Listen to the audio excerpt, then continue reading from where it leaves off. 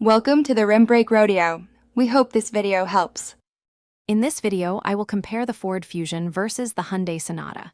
We'll explore key differences and similarities to help you decide which sedan best fits your lifestyle. We'll cover performance, interior features, and overall value, giving you a clear picture of what each vehicle brings to the table. Let's dive in and see how these two popular cars stack up against each other.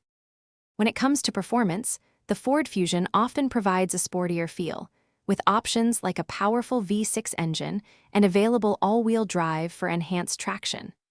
The Hyundai Sonata, on the other hand, typically focuses on a smoother, more refined ride, often excelling in fuel economy with its four-cylinder engines.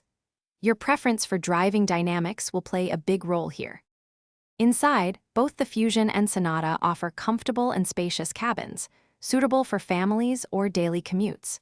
You'll find user-friendly infotainment systems and a strong suite of safety features in both models, though specific technologies may vary. Trunk space is generally generous in both sedans, providing ample room for luggage or groceries, making them practical choices.